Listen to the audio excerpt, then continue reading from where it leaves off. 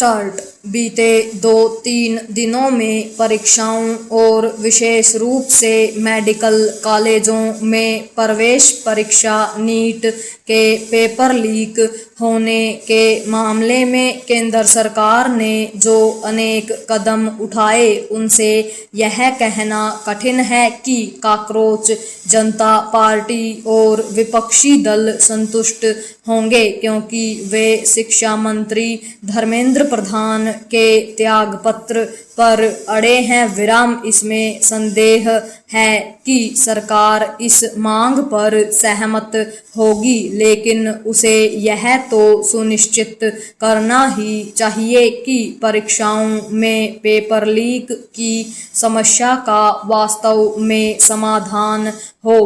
यह ठीक है कि उसने पेपर लीक के आरोपितों के मामलों की सुनवाई फास्ट ट्रैक कोर्ट में सुने जाने की व्यवस्था करने के साथ ही सार्वजनिक परीक्षा अधिनियम को कठोर करने का फैसला किया है, लेकिन इसकी अनदेखी न की जाए कि इस कानून को 2024 में भी कठोर किया गया था और इसके बाद भी पेपर लीक हुए। न केवल केंद्रीय परीक्षाओं के पेपर लीक हुए बल्कि राज्यों की परीक्षाओं के भी।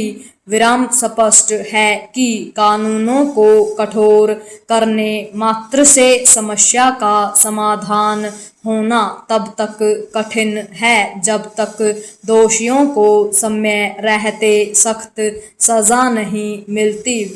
इस मामले में अभी तक का अनुभव कोई अच्छा नहीं रहा।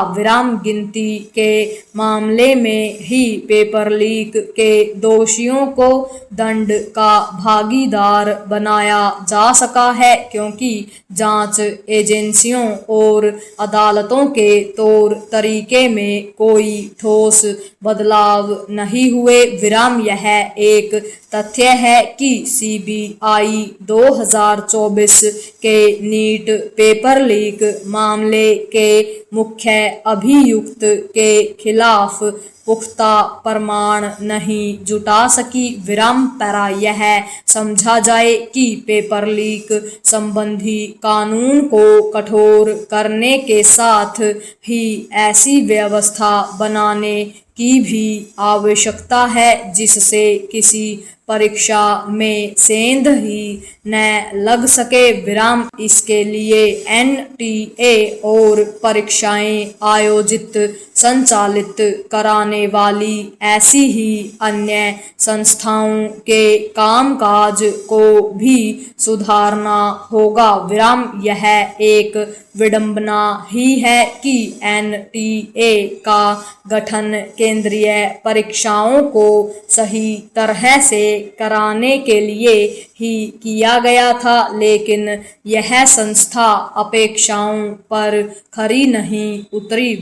इसका एक कारण यह है कि वह परीक्षाओं के आयोजन में बाहरी सलाहकारों और विशेषज्ञों पर निर्भर है। क्या यह विचित्र नहीं कि जिस संस्था पर इतनी बड़ी जिम्मेदारी है उसके पास मामूली स्थायी स्टाफ है?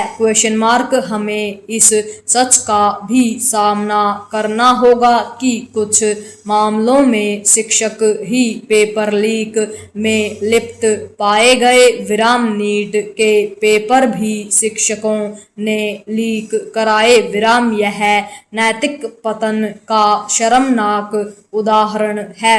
नैतिकता के इस पतन के कारण ही हर क्षेत्र में भ्रष्टाचार पनप रहा है। शिक्षा और परीक्षा के क्षेत्र में भी संकट यह है कि भ्रष्ट तत्वों को दंडित करने के मामले में सरकारें कोई उदाहरण पेश नहीं कर सकी हैं। जिस समाज में भ्रष्ट तत्व फलते फूलते जा रहे हों वहां कठोर होते कानून एक सीमा तक ही प्रभावी हो सकते हैं।